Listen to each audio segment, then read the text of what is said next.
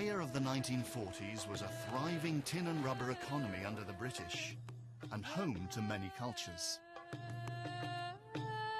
Unlike Mahathir, the majority of Malays were mostly farmers living in the countryside. On the 8th of December 1941, the Second World War reached Malaya. Mahathir's school closed. His much-desired education cut short when he was only 16 years old. With the Japanese at their doorstep, Mahathir, like most Malays, counted on the might of the occupying British army.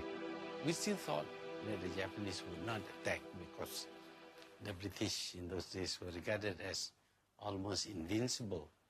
But then one day, of course, the Japanese attacked in Kota Baru, and they came in from Songkhla in Thailand down into northern part of Kedah. And then we started hearing the guns. We saw British troops retreating in the rain. Some of them, one or two of them were left behind, who were subsequently billeted to death.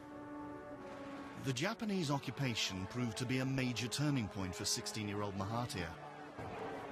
If the Japanese could defeat the British, so could he, as he later wrote in his book. The Japanese occupation had a profound effect on the Malays. Their faith in the invincibility of the British was destroyed. The Malays were forced out of their complacent reliance on others. To survive, the Malays had to struggle for almost the first time. Food was getting harder to find.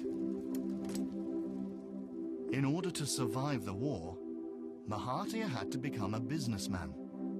My father told me you better go to the Japanese school. So I went and studied in the Japanese school.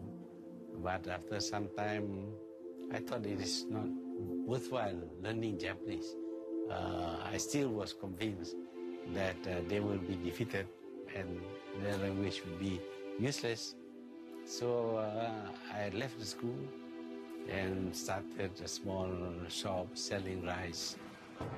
On the 12th of September 1945, the Japanese surrendered.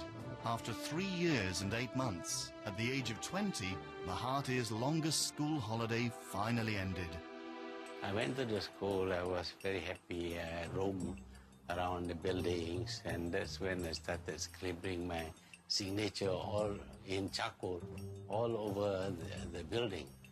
And when school reopened, of course, they recognized my signature. And Mr. Lim Chan Chai was one of my teachers, scolded me and told me to go and rub it out, Shadi. Mahathir was no stranger to getting in trouble at school. I tend to answer back. Teachers don't quite like the way I behave because I give smart answers, so to speak. Mahathir held 2 important office positions, indications that he'd become more vocal after the war. Mahathir was the chairman of the Literature and Debating Society. He was also editor of the annual school book. John Augustine, Mahathir's classmate from day one, acted as sub-editor. He knew Mahathir would take on a responsibility that was entrusted to him only if he could do justice to it. John also noted that Mahathir's writing came across strongly and clearly. Mahathir found his voice in school, and now he was taking it outside the school walls. He believed the Malays were generally backward, in academics and business. The Malays make up the majority of the people, but share only a small part of the wealth, something Mahathir was keen to change.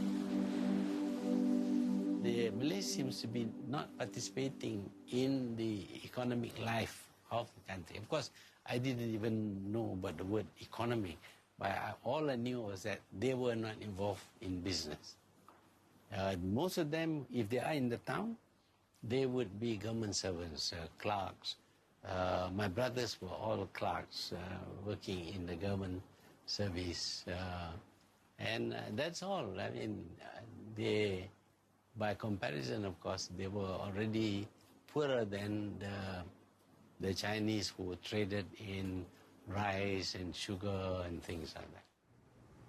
Mahathir joined several political parties at this time, including the United Malays National Organization, otherwise known as UMNO. It was also during this time that Mahathir grew closer to his father. In 1946, anti-British sentiments were strong, especially with the British plans for the Malayan Union. The Malays and Mahathir were furious. It meant that everybody who wants to be a citizen of the Malayan Union can be without any qualification whatsoever. So I thought that this was detrimental to the position of the Malays. Mahathir's passion for politics was stoked by the unfairness of the Malayan Union.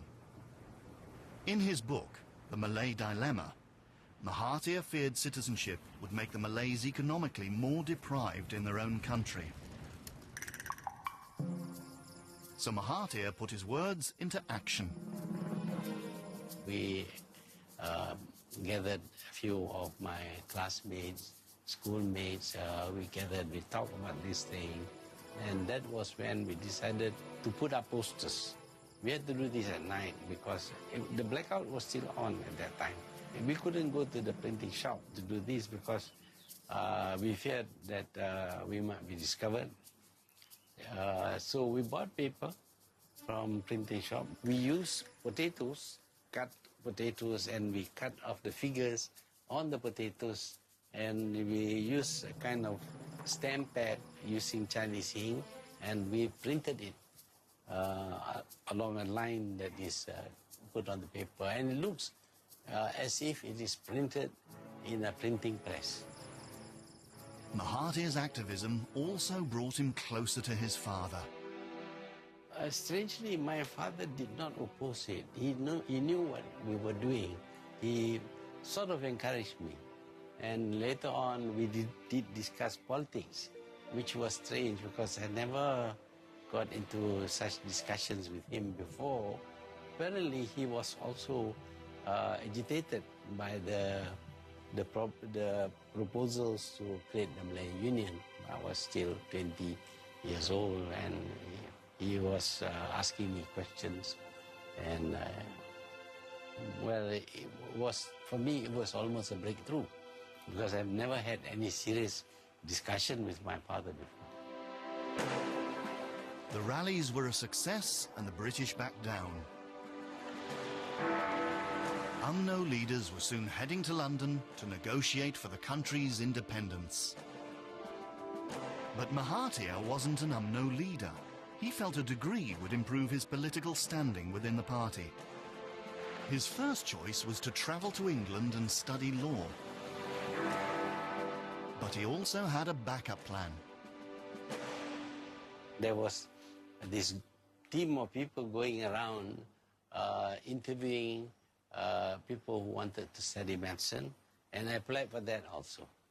So they gave me a scholarship, and I couldn't say, well, no, I am not interested in this, I want to study law. In those days, you don't ask questions. What you are given, you take. So 22-year-old Mahathir travelled south to Singapore to start a new chapter in his life.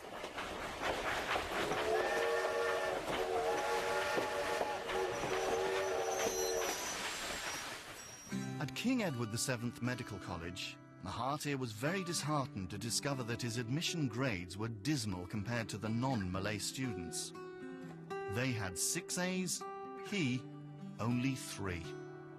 This made him even more determined to succeed. Mahathir fared very well in his studies, except, I think, in the finals, he had to repeat one subject. But then most of us had to repeat that one subject, obstetrics and gynecology. Even while studying, Mahathir always found time for politics, especially the political party UMNO. While he was the president of the Muslim Student Society, he disagreed with UMNO over admitting non-Malays into the party. Mahathir also arranged for a